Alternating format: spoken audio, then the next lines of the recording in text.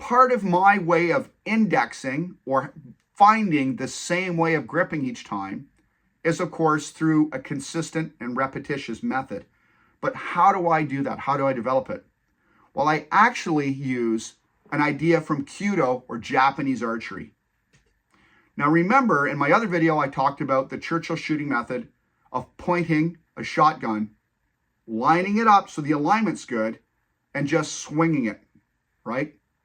And focusing on the target. So when I shoot, if you take a look, what I like to do is, this is really what I'm doing here.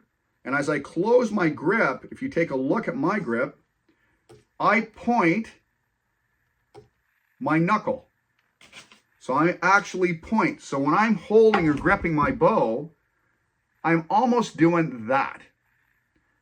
What do you think lines up with that foreknuckle? I'll give you a sec. Well, you probably already know the answer. You've been shooting for any time at all. My arrow.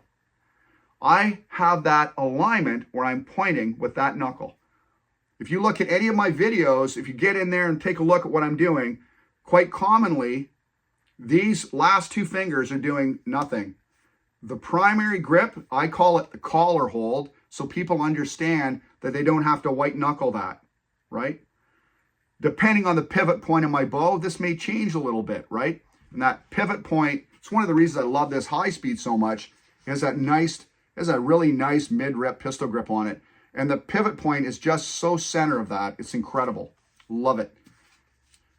Now, what I use with if you look at a Kyudo archer, if you look at that grip, they have a similar grip to that. It's a little more structured, of course, for that style of archery, and their follow through. So, of course, I don't have a Kyudo follow through where that bow is turning or dropping, but my follow through, I have probably, that is the number one emphasis when I'm taking someone through grip control and grip index. So what I like to do, I'll give you a really simple little drill you can do. The next time you shoot, I want you to think about pointing that knuckle. If you're shooting instinctive and you're having trouble throwing the occasional arrow, stop shooting for groups, by the way. Don't shoot for groups.